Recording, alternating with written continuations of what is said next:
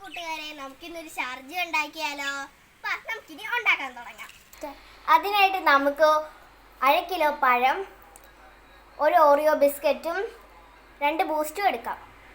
നമുക്ക് പാല് തണുപ്പിക്കാൻ വെക്കാം. അപ്പോൾ നമുക്കിപ്പോൾ ഓറിയോയുടെ ഇതെല്ലാം പൊളിച്ച് മാറ്റാം. നിങ്ങൾക്ക് വേണേൽ മഞ്ഞയും ഇട്ട് കൊടുക്കാം.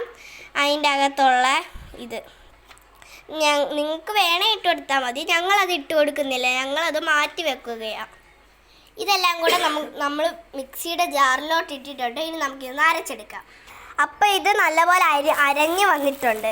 ഇനി നമുക്ക് ഇതിലേക്ക് പഴം ഇടാം. അപ്പോൾ നമ്മൾ പഴം ഇട്ട് കൊടുത്തിട്ടുണ്ട്. ഇനി നമുക്ക് ഇതൊന്ന് അരച്ചെടുക്കാം. ഏകദേശം ഒരു 6 പഴത്തോളം ഇട്ടിട്ടുണ്ട്. ഇത് പഴം നല്ലപോലെ അരിഞ്ഞ് കിട്ടിയിട്ടുണ്ട്.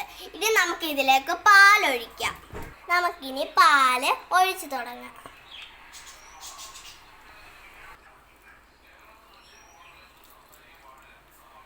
നമ്മളിപ്പോൾ പാല് മുഴുവനായിട്ട് ഒഴിച്ച് കൊടുത്തിട്ടുണ്ട്. ഇനി നമുക്ക് ഒന്നുകൂടി അരച്ചെടുക്കാം.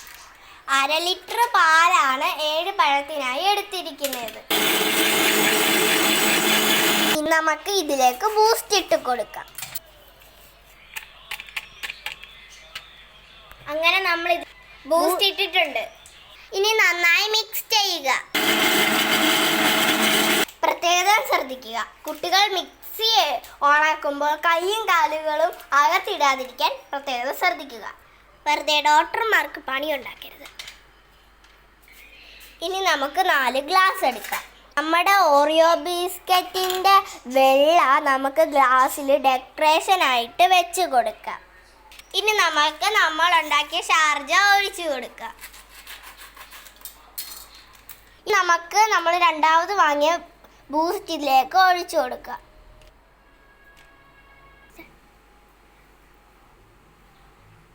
ഞങ്ങളുടെ ചാനൽ ഇഷ്ടപ്പെട്ടെങ്കിൽ ലൈക്ക് ചെയ്യുക, ഷെയർ ചെയ്യുക, സബ്സ്ക്രൈബ് ചെയ്യുക.